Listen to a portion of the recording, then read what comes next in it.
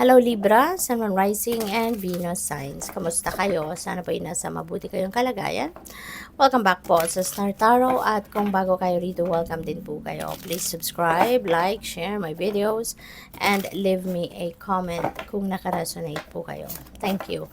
Tignan natin kung anong mga messages ni Libra. And shout out muna sa ating beloved channel member na si Atnel0929. Maraming salamat po sa inyong support sa channel. So, we have the musician. Yan. So, pwede, no, na si Libra ay isang musician, mahilig sa musika, maaring you are musically inclined talaga, maaring kumakanta ka, nagsusulat ng kanta, pwedeng nagtutugtog ng instrumento, yung mga ganon. Or anything, no? Kung papaano man kayo nagkaroon ng connection sa music. And maaring you are inspired, 'di ba? Na-inspire ka ngayon. At maaring yung inspiration mo na yan, ipinapakita mo, yung saya mo na yan, ipinapakita mo sa pamamagitan ng music, no? At saka, maaari din na sa ngayon your heart is full of gratitude, your heart is full of pagpapasalamat, masaya, no? Dahil kung ano man ang mga nangyayari ngayon sa buhay mo, maaring ito yung mga gusto mo, you know, pwedeng ganon. Kaya inspired ka sa ngayon, masaya ang puso, no? We also have the air. There is unseen potential and hesitation. Baka meron ditong mga offers sa inyo, no? At maaring nagdadalawang isip ka. Kasi kapag nagdadalawang isip tayo sa isang bagay, there is a heads up, no? That's a heads up para sa atin. Yung parang warning yan sa atin na pag-isipan mo munang mabuti yan. You know? Do not jump into something na hindi ka sigurado. Do not jump into something na hindi mo alam or nakikita yung clear direction of where you are heading. Okay? So, pwedeng ganun yun. We have the pilgrim. There are opportunities, no, na kakatok dito sa inyo. Pwede na may mga opportunities sa inyo na papasok ngayon. And that is what is, causing you that hesitation. No? Baka iyan ang isa sa mga dahilan ng pagdadalawang isip ninyo. Kasi pwedeng meron na kayong dating iniisip na gawin, tapos biglang may papasok na opportunity. So, pwedeng magdalawang isip ka doon sa nauna kasi maaring gusto mong tignan or reconsider kung ano yung bago, no, na opportunity na kumakatok sa'yo. So, maaring may mga ganong sitwasyon. These opportunities could be anything. Pwedeng sa trabaho yan, pwedeng bagong career, business, 'di ba, negosyo, partnership, mga ganon. At maaari, no, na there is an opportunity for you to grow this time. Maaring ito na yung oportunidad para din kayo ay mag-prosper, kayo ay umasenso, umalago na sa buhay, 'di ba? Maaring ganun 'yon. Kaya good luck sa iyo, pag-isipan ninyong mabuti. What else?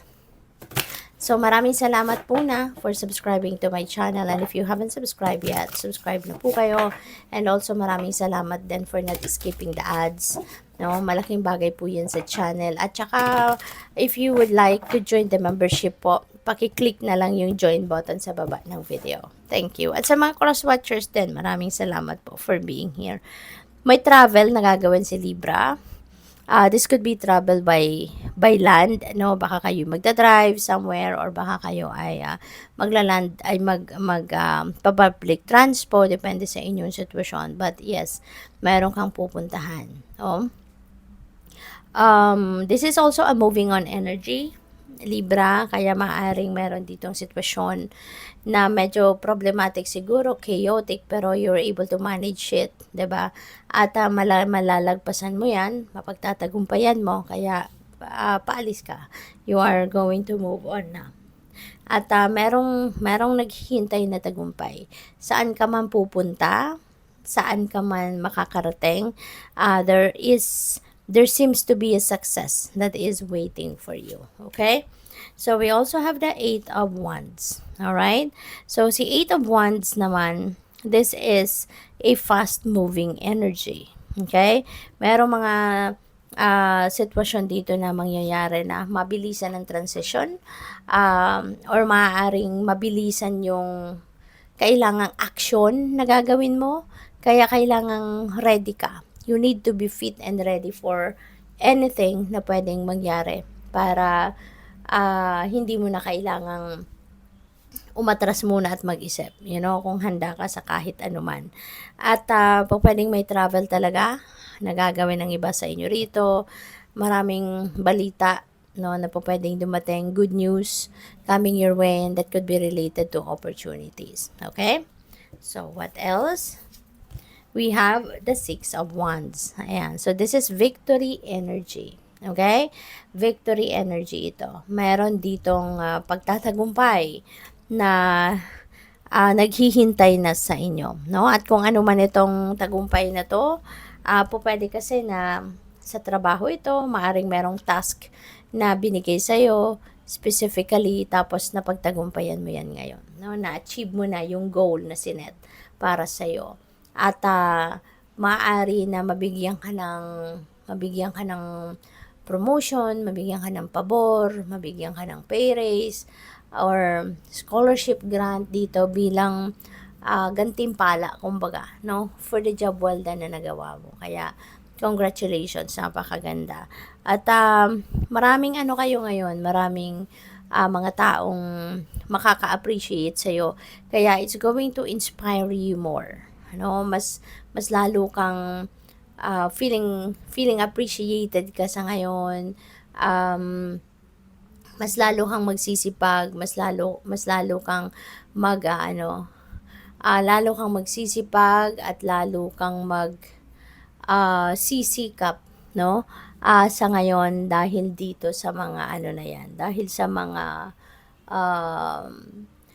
mga pagkilala na yan na ibibigay sa iyo ng kumpanyang pinagtatrabahuan mo or kung saan man ito, no, na accomplishment na ito.